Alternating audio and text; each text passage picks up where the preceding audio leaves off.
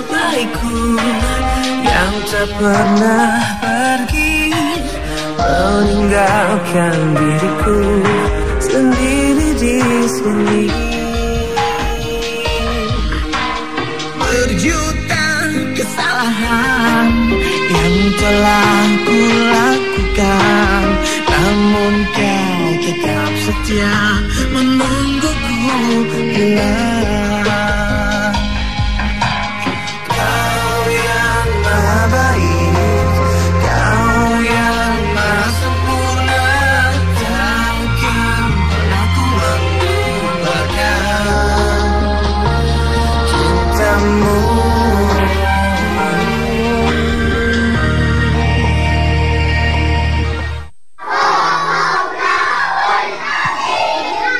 Assalamualaikum warahmatullahi wabarakatuh.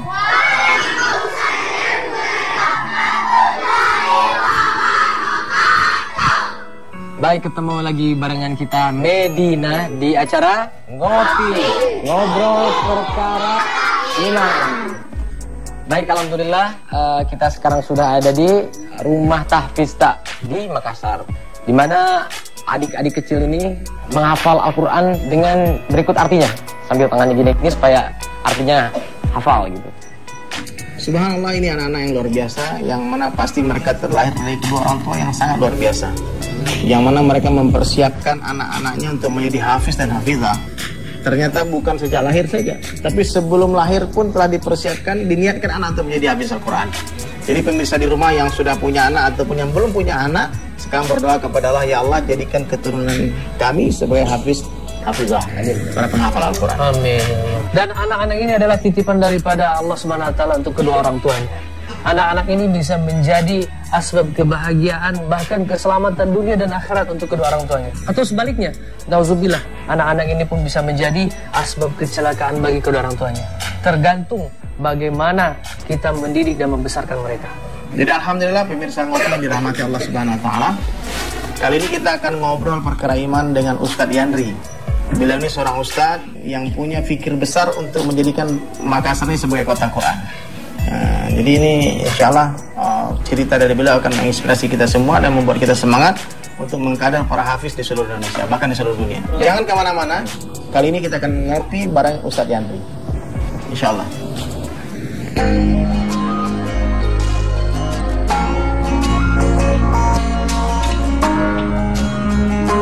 Assalamualaikum warahmatullahi wabarakatuh. Alhamdulillah pemirsa Ngopi, sekarang kita sudah ada di sini bersama Ustadz Yandri yang memang beliau ini mendirikan Rumah Tahfiz Ta ya Ustadz ya.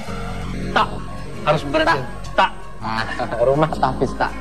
Oke, jadi kita mau sedikit bertanya-tanya nih Ustadz. Mungkin Ray ada pertanyaan? Iya, penasaran pasti taknya itu apa gitu kan? Rumah Tahfiz Ta. Artinya atau maknanya itu apa? Rumah Tahfiz Ta itu rumah tahfiz kita.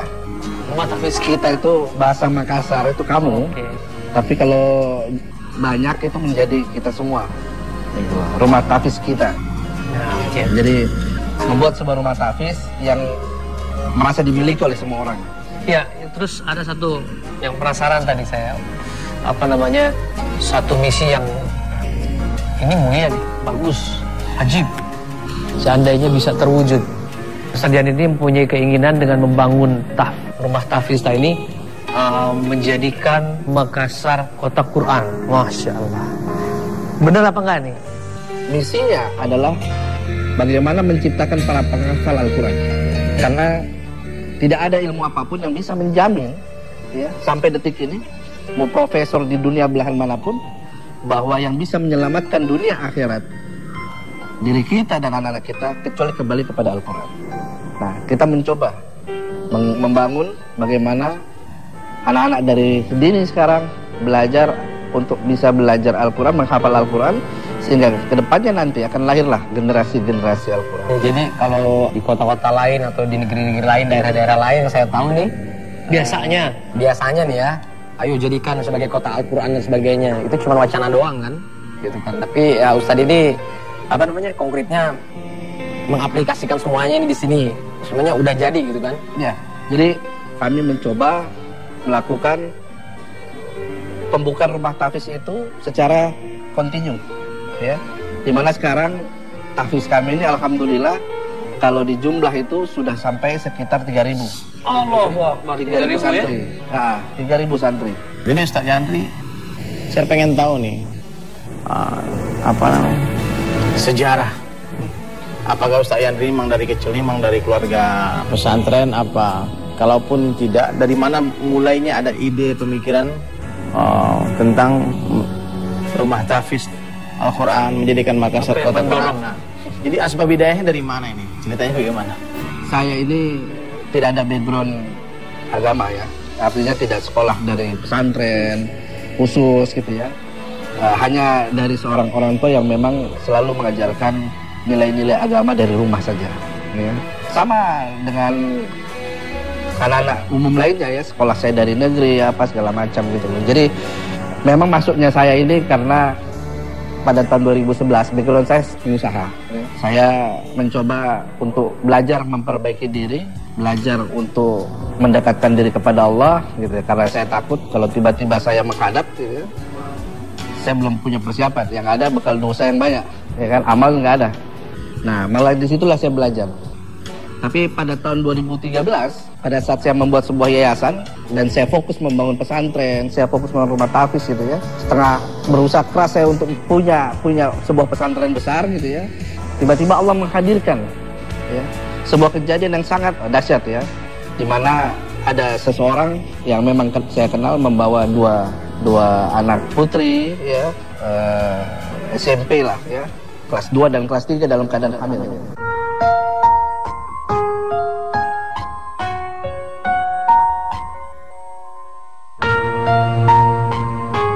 Jadi pada saat saya coba cek, saya khawatir karena mungkin ini anak-anak yang ikutan zaman ya, jual diri atau apa ya. Ternyata tidak gitu.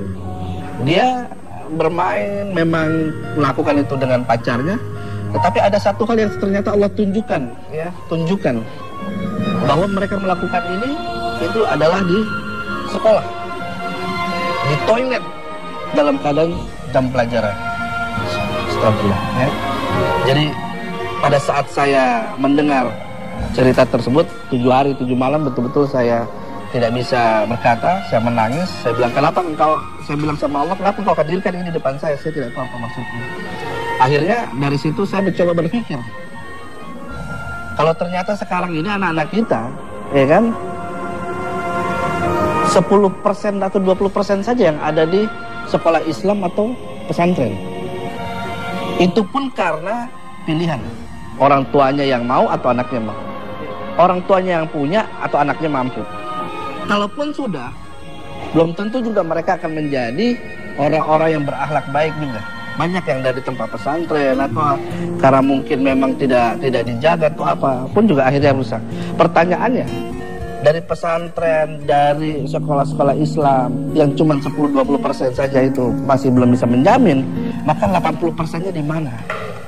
Nah, Allah seperti menghadirkan ini, seperti menghadirkan kepada saya untuk saya berpikir, kenapa engkau tidak peduli sama anak-anak kita di orang tua ya, mempercayakan anak-anaknya di sekolah negeri ya kan, mengharapkan anak-anaknya menjadi anak-anak yang soleh dan soleha, menjadi generasi yang terbaik, ternyata hancur. Nah, dari situlah akhirnya saya berpikir, oh berarti saya harus fokus di sekolah negeri. Karena 80% anak-anak kita di sana. Setelah kita pelajari ternyata Masya Allah, pelajaran agama kan sangat minim ya. Apa ada sekarang yang betul-betul konsen perhatian terhadap anak kita? Tidak ada. Hanya 2 jam dalam seminggu agama. Bagaimana mereka punya bekal? Tidak ada. Maka dari situlah akhirnya saya berpikir bahwa berarti saya harus masuk. Wajar kalau sekarang kita anak-anak kita ini bermasalah. Kenapa? Hanya kita yang tidak masuk. Narkoba masuk dakwah ke dalam, seks bebas masuk dakwah ke dalam, tawuran masuk belajar di dalam, geng motor tawuran, ya kan? Hanya agama saja tidak ada yang berdakwah ke dalam, sehingga mereka nggak punya pemahaman, nggak punya apa segala macam. Maka dari situlah akhirnya kita mau menyerang. Apa yang kita mau serang? Kita mau masuk ke sekolah-sekolah. Makanya lahirlah yang saya sebut tadi strategi bagaimana menciptakan Makassar dalam 5 tahun ke depan menjadi kota Quran, yaitu dalam program yang kita sebut Tahfiz 1000 Sekolah.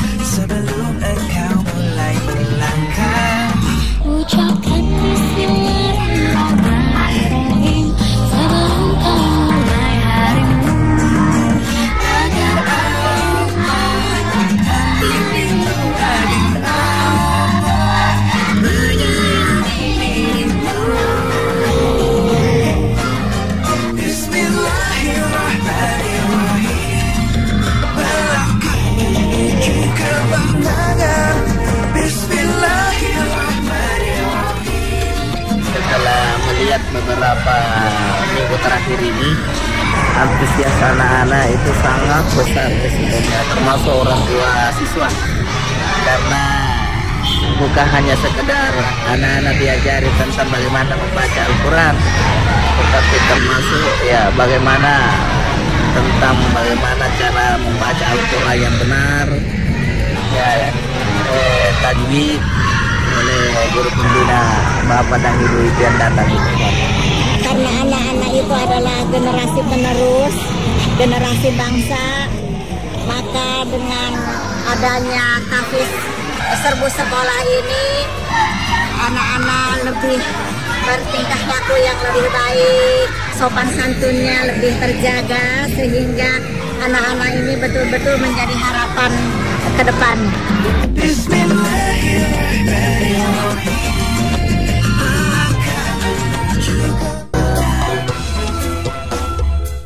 Tahfiz serbu sekolah, ya kan?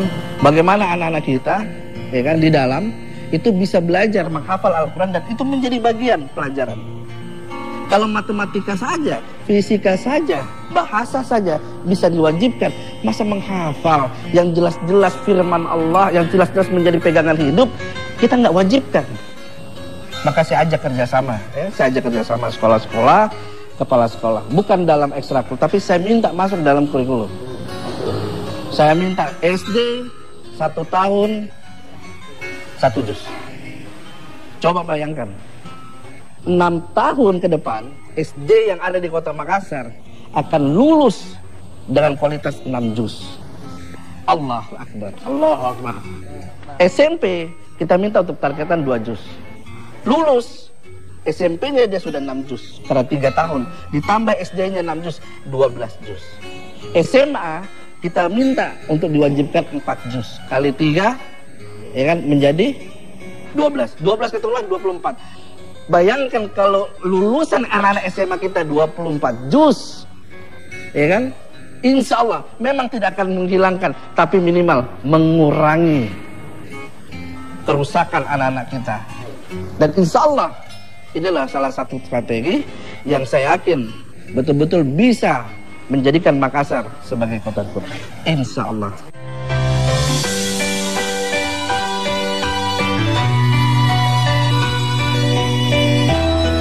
Kita ini program tahfiz serbu sekolah tidak membebani pemerintah provinsi atau pemerintah kota, bahkan tidak membebani kepada para orang tua.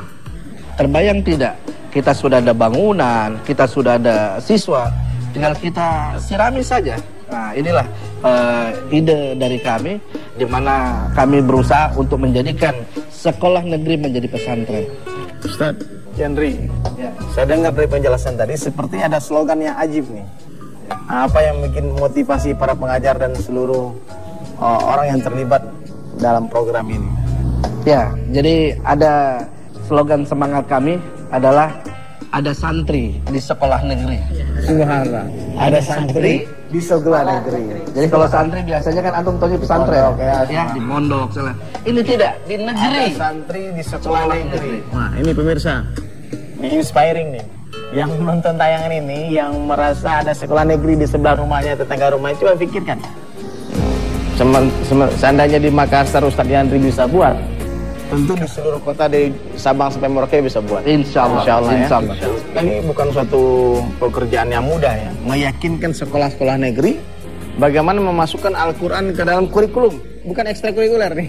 Nah, kalau ekskul ya dulu memang sudah ada nih, mau hobinya main bola, hobinya ini, dan hobi yang ngelukis, yang hobi yang ngaji. Ini masuk kurikulum. Tentu ada kiat-kiat dari Ustadz Yandri sendiri ketika datang mempresentasikan ini kepada kepala sekolah negeri yang ada di Makassar ini. Mungkin ini bisa didengar sama pemirsa di rumah. Jadi justru sebenarnya awalnya itu adalah gayung bersambut. Jadi banyak kepala sekolah sebenarnya di sekolah negeri, kalau kita tanyakan, problem utama mereka sebenarnya apa? Bukan mata pelajaran yang ada sekarang, tetapi moral yang ada di para anak-anak kita. Satu-satunya cara memperbaiki moral adalah dengan memasukkan Al-Quran di dada mereka dan menjadikan Al-Quran sebagai hafalan mereka.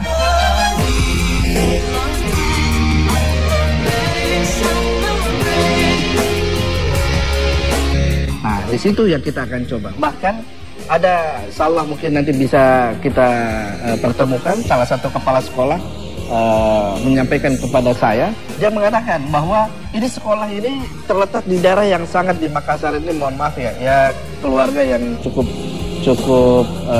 brong lah ya, rawan lah segala macam lah ya gitu loh, daerah hitam lah istilahnya kan gitu ya gitu. Tapi tiba-tiba kepala sekolah itu mengatakan kepada saya, dia bilang, ya Allah Ustaz, terima kasih sekali. Karena apa? Murid kami datang dengan keadaan menangis. Dia bilang, Bu Guru, ayah kami yang dulu biasanya mabok, tidak pernah sholat, tadi malam sholat. Ibu kami yang biasanya tidak jelas pekerjaan apa, tiba-tiba sekarang sudah pakai kerudung. Subhanallah. Asbab melihat anaknya sudah mulai hafal Quran. Bukan, asbab anaknya belajar menghafal Al-Quran. Karena kan Allah sudah janjikan 1 huruf 10 keberkahan. Dan keberkahan itu tidak main-main. Depan, belakang, kiri, kanan, atas, bawah, dia sikat semua itu. Dahsyatnya itu. Makanya seandainya bayangkan jika 25.000 target jadikan siswa di Makassar ini sebagai penghafal Al-Quran, ya kan, menjadi santri, bagaimana tidak keberkahan akan mengitari kota Makassar. Dan insya Allah, dan ini bisa dijadikan satu contoh untuk di kota-kota lain. Berkahlah negeri ini, insya Allah.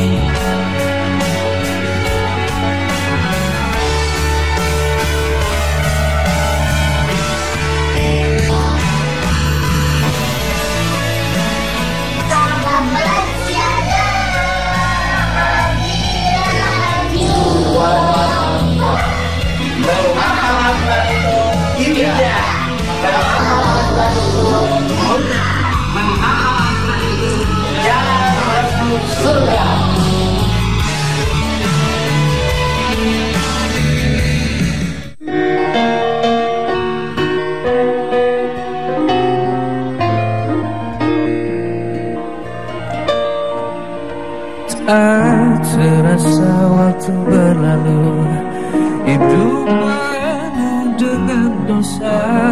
Niscaya selama ini menyelimusiku. Hari ini aku teguhkan untuk temukan jalan hidupku. Selama aku masih diberi umur yang panjang,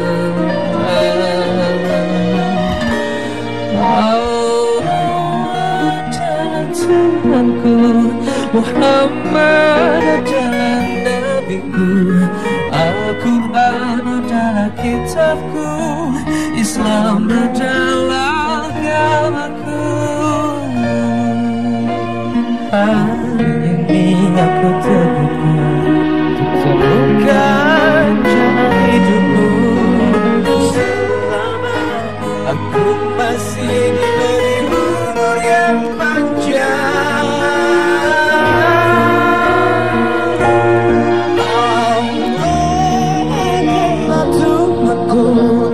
Muhammad adalah nabiku, Al-Quran adalah kitabku, Islam adalah agamaku. Tak ada kata terlambat untuk bertaubat di hadapnya. Selama aku bernafas, Allah kan selalu di hatiku.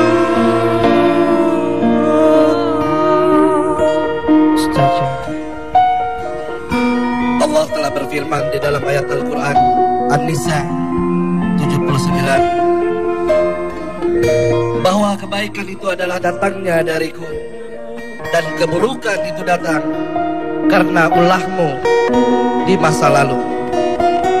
Kalau hari ini kita banyak dirundung masalah, banyak dirundung musibah, bukan karena orang lain, tapi karena kelakuan kita di masa lalu yang belum Allah ampuni, yang belum Allah ridho kepada kita.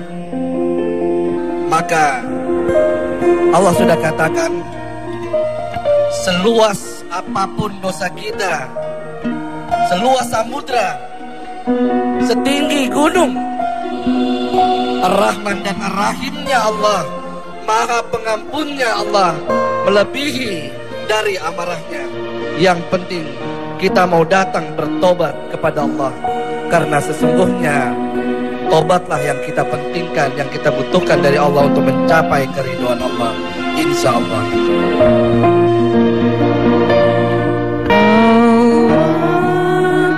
Tuhanku, Muhammad adalah nabiku, Al-Quran adalah kitabku, Islam adalah agamaku. Tak ada kata terlambat untuk bertobat di hadapnya. Selama aku bernafas, Allah akan selalu di hatiku.